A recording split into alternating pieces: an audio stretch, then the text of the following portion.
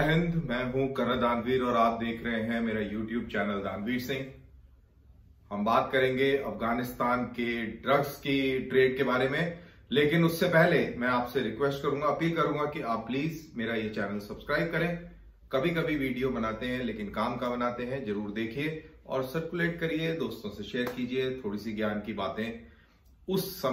उस जमाने में जब आप बहुत सारी उल जलूल कवरेजेस देखते हैं अपने टेलीविजन पे, अब YouTube का जमाना है। YouTube में आपको नॉलेज मिलती है, आपको डिटेल्ड एनालिसिस मिलता है, खासतौर से मेरे जैसे व्यक्ति के थ्रू। तो शुरुआत करते हैं। एक रिपोर्ट आई है यूनाइटेड नेशंस की तरफ से जो ये कहता है कि जो रिपोर्ट ये कहती है कि अफगानिस्तान के अंदर ड्रग्स की जो प्रोडक्शन है, दैट इज ओपीएम की प्रोडक्शन है, और उसके बाद में उसकी जो प्रोसेस्ड हीरोइन है, ये तकरीबन 32% बढ़ गया है। कब से?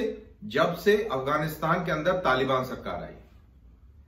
अब इसके अंदर यह पॉइंट भी नोट करना बहुत जरूरी है कि तालिबान सरकार ने ओपीएम की खेती के ऊपर प्रतिबंध लगा दिया था, बैन लगा दिया था, लेकिन उसके बावजूद 32% का इजाफा हुआ है और जो आमदनी हुई है तकरीबन 500 मिलियन US डॉलर की सालाना आमदनी से बढ़कर तकरीबन 1.5 बिलियन US डॉलर्स की आमदनी अफगानिस्तान के ओपीएम / हेरोइन कारोबारियों की बढ़ गई।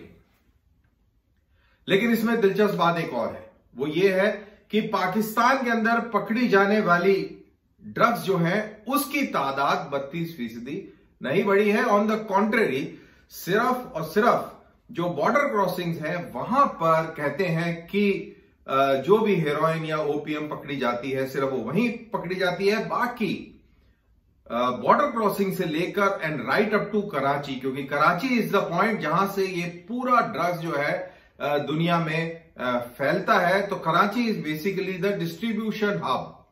और दूसरा एक पहलू है, तीसरा एक पहलू ये है कि कराची एक पश्तून शहर है, सिंध में है, लेकिन वहां पे सिंधी और मुहाजिर जो इंडिया से जो रेफ्यूजीज गए उन्हें मुहाजिर कहते हैं पाकिस्तान के अंदर, तो आज भी वो मुहाजिर ही कहलाए जाते हैं, वो अभी तक पाकिस्तानी नहीं हो पाए हैं। तो ये शहर किसी जमाने में मुहाजिर डोमिनेटेड था और भी पहले जाए तो ये मल्टी एथनिक, मल्टीलिंगुअल और एक बहुत ही अमेजिंग शहर था। लेकिन अब बहरहाल ये एक पश्तून डोमिनेटेड शहर हो गया है, जहां पे क्राइम जो है एक बहुत हाई लेवल का है, किडनैपिंग, फिरौती, मर्डर और ये सब बहुत कॉमन चीज है। तो ये पश्तून डोमिनेटेड कराची जो है ये अफगानिस्तान के ड्रग्स का एक डिस्ट्रीब्यूशन पॉइंट है। लेकिन दिलचस्प बात यह है कि यहां पर कहीं पर भी ड्रग्स नहीं पकड़े जाते हैं। जो भी पकड़े जाते हैं, जैसे मैंने कहा, बॉर्डर पोस्ट पे पकड़े जाते हैं। अब सवाल यह है कि अगर वहां पर इजाफा हुआ है आमदनी का और वहां पर ड्रग्स के प्रोडक्शन में बढ़ोतरी हुई है, तो इसके इस रीजन के ऊपर क्या फर्क पड़ते हैं? अब ड्रग्स के साथ में रिलेशन किस किस चीज का है? आतंकवाद का एक रिलेशन है, बिल्कुल डायरेक्ट। ड्रग मनी से आतंकवाद को सपोर्ट मिलती है। हमने सबने देखा है कि कैसे इसी ड्रग्स मनी का इस्तेमाल करके तालिबान जो है मजबूती के पायदान पर पहुंचा और इतनी मजबूती हासिल करी कि उसने अफगानिस्तान पर सवेरा होते होते, एक तरीके से अगर कहा जाए तो, कब्जा कर लिया पिछले साल। उसके साथ ही रिलेटेड है, क्योंकि बात आतंकवाद की हो गई, तो ड्रग मनी से आप लोगों की लॉयल्टी खरीदते हैं, ड्रग मनी से आप गन खरीदते हैं, एम्युनिशन खरीदते हैं, लॉजिस्टिक्स खरीदते हैं। तो ये ड्रग मनी बहुत अहम हो जाता है पूरे इस टेरर इकोसिस्टम को फंड करने में, सपोर्ट करने में। अब पाकिस्तान FATF की ग्रे लिस्ट से निकल गया है, तो ये जो रिपोर्ट आई है यूनाइटेड नेशंस की, इससे ये इम्कानात, ये प्रोबेबिलिटीज बढ़ जाती हैं कि पाकिस्तान अब अपने जो डूबियस ऑर्गेनाइजेशंस है, टेरर ऑर्गेनाइजेशन है, उनकी फंडिंग इन्हीं के थ्रू करेगा। That is why I am saying कि दिलचस्प बात यह है कि 32% वहां पर इंक्रीज हो गया प्रोडक्शन, लेकिन पाकिस्तान में जो पकड़े जाने वाले ड्रग्स हैं उनमें 32% इजाफा नहीं हुआ, बल्कि वो उसमें घटत हुई है, कमी आई है। तो कहीं ना कहीं जो पाकिस्तान के चाहे वो रेंजर्स हो या फ्रंटियर कोर हो या पुलिस हो या आर्मी हो, ये भी इस ड्रग मनी से अपना हफ्ता लेते हैं और ये भी करप्ट है। और as we know that Pakistan army is pretty corrupt. उनके जनरल्स के बारे में कितनी सारी खबरें हम सबके सामने हैं। जनरल असीम बाजवा, पापा जोन्स, जिन्होंने मिलियंस ऑफ डॉलर्स का गमन किया, ये बहुत ही फेमस रहे पिछले साल। तो इस तरीके से पाकिस्तान आर्मी के जो सुपीरियर्स हैं वो काफी करप्ट माने जाते हैं, और ये ड्रग मनी उन तक ना पहुंचे या उनके निजी फायदे इसमें ना हो, ये मैं मानने से इनकार करता हूं। इसमें कोई दो राय नहीं है कि इस ड्रग मनी का इस्तेमाल करप्शन को भी फंड करता है पाकिस्तान के अंदर। और साथ के साथ पाकिस्तान के जो ऐसी ऑर्गेनाइजेशन है जिसके बगैर उसको लगता है कि वो शायद मुकम्मल नहीं है, दैट इज टेरर ऑर्गेनाइजेशन, उनकी फंडिंग और सपोर्ट भी इसी ड्रग मनी से किया जाता है। तो ये था मेरा एक बहुत ही short analysis on drugs. Afghanistan FATF से हटना, लेकिन फिर भी आतंकवाद का कारोबार बरकरार है पाकिस्तान में और फल फूल रहा है, और उसके पीछे जो है वो ड्रग्स मनी है। मिलिट्री, पुलिस और फ्रंटियर कांस्टेबलरी का करप्शन है।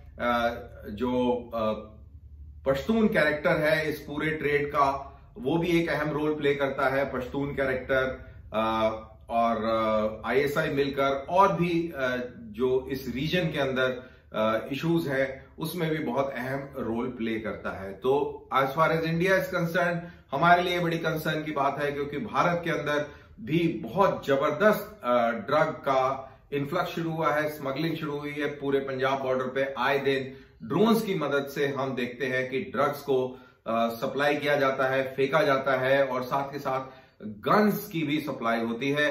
तो ये सारी चीजें भारत के लिए एक सिरदर्द बनी हुई हैं। हमने ये भी देखा है कि कैसे कश्मीर के आतंकवाद के अंदर भी ड्रग्स का इस्तेमाल, ड्रग्स के पैसों का इस्तेमाल किया जाता है। ये भी इंटेलिजेंस एजेंसीज के सामने ये चीज भी आई है। तो ड्रग्स, आपके गन रनिंग और टेररिज्म, ये सब एक साथ मिलकर ही देखे जाने चाहिए। जैसा मैंने कहा कि ये सब एक दूसरे में बहुत इंटरलिंक्ड है, मैश्ड है। इसीलिए ये 32% जो इजाफा हुआ है अफगानिस्तान के अंदर ओपीएम कल्टीवेशन का और साथ ही साथ जो हेरोइन का बनने का, उससे हम सबको परेशान हो जाना चाहिए। लेकिन दिलचस्प बात एक ये भी है कि अफगानिस्तान के तालिबान के स्पोक्स पर्सन की तरफ से ये भी बात आई कि पूरी दुनिया को पाकिस्तान के फार्मर्स को हेल्प करना चाहिए ऑल्टरनेट फार्मिंग्स के लिए, फॉर एग्जांपल मेडिसिनल प्लांट्स, जिससे कि उनकी आमदनी बन पाए और वो ड्रग से परे हो पाए। लेकिन ये कितना सफल होगा, नहीं होगा, या ये सिर्फ एक लोगों को एक इनोसेंट चेहरा, मंशा का चेहरा दिखाने भर का है, या इसके पीछे कोई सीरियसनेस भी है, ये मैं इसलिए कह रहा हूं क्योंकि तालिबान दरअसल ये सबसे बड़ा एक क्राइम सिंडिकेट है जो अब एक कंट्री के ऊपर, मुल्क के ऊपर काबिज है, और उसके पीछे बहुत जबरदस्त सपोर्ट ISI का है। जैसा कि हम जानते हैं कि जो ड्रग्स के कंट्रोल के ऊपर जिसको रिस्पॉन्सिबल बनाया गया है अफगानिस्तान में, वो हक्कानी है, और हक्कानी वही हैं जो खुद बहुत बड़े ड्रग्स के व्यापारी हैं। तो ये सारी चीजें देखकर आप बिल्कुल सुनकर आप कंफ्यूज ना होइए, आपके फ्यूज नहीं उड़ने चाहिए, क्योंकि ये हकीकत है। चोरों को ही वहां पर, इनफैक्ट मैं कहूंगा कि हेरोइन स्मगलर्स को ही वहां पर ड्रग्स के खिलाफ मुहिम चलाने की ताकत भी दी गई है। तो ये था मेरा एक small talk on drugs in Afghanistan and its impact on the region, specially India. Thanks for watching. Will come again with the new story. आप देखते रहिए मेरा चैनल, शेयर कीजिए मेरे वीडियोस, दीजिए मुझे इजाजत। जय हिंद।